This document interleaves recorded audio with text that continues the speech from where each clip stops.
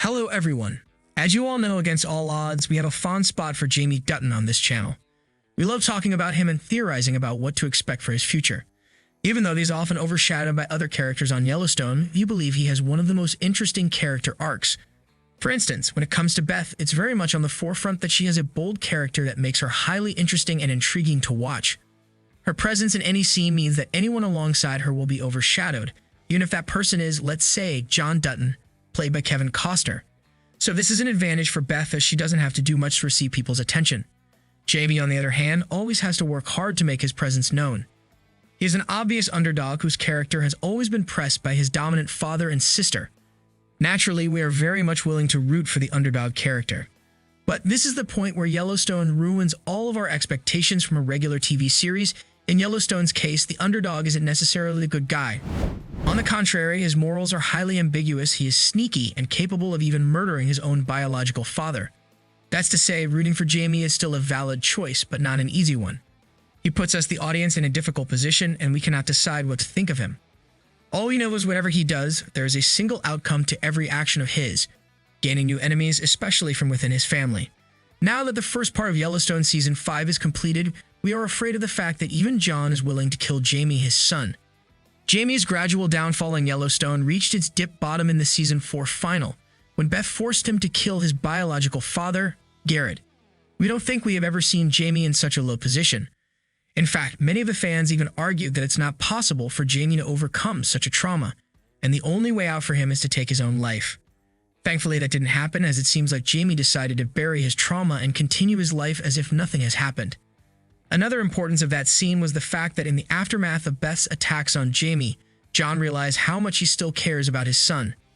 When Beth returned to the ranch the next morning, John was almost crying with the fear of the possibility of losing his son.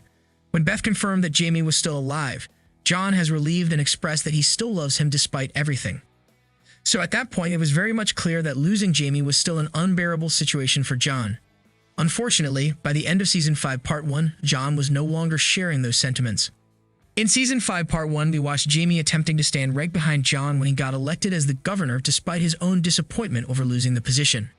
As an experienced statesman, Jamie has done his best to warn John about some of his actions, but John preferred to ignore him.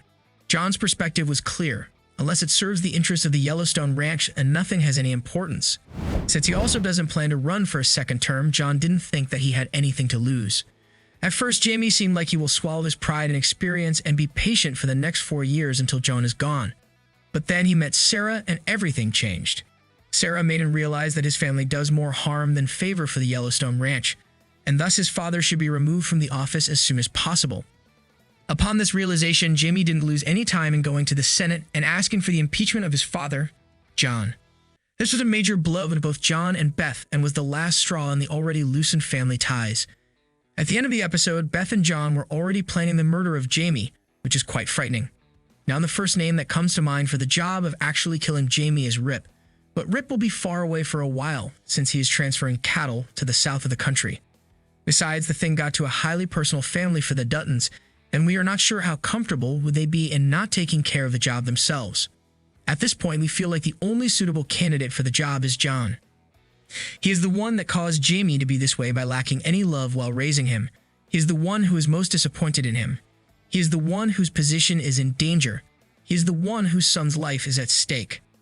Season 4's John couldn't even think about his son's possible death, but a lot changed since then.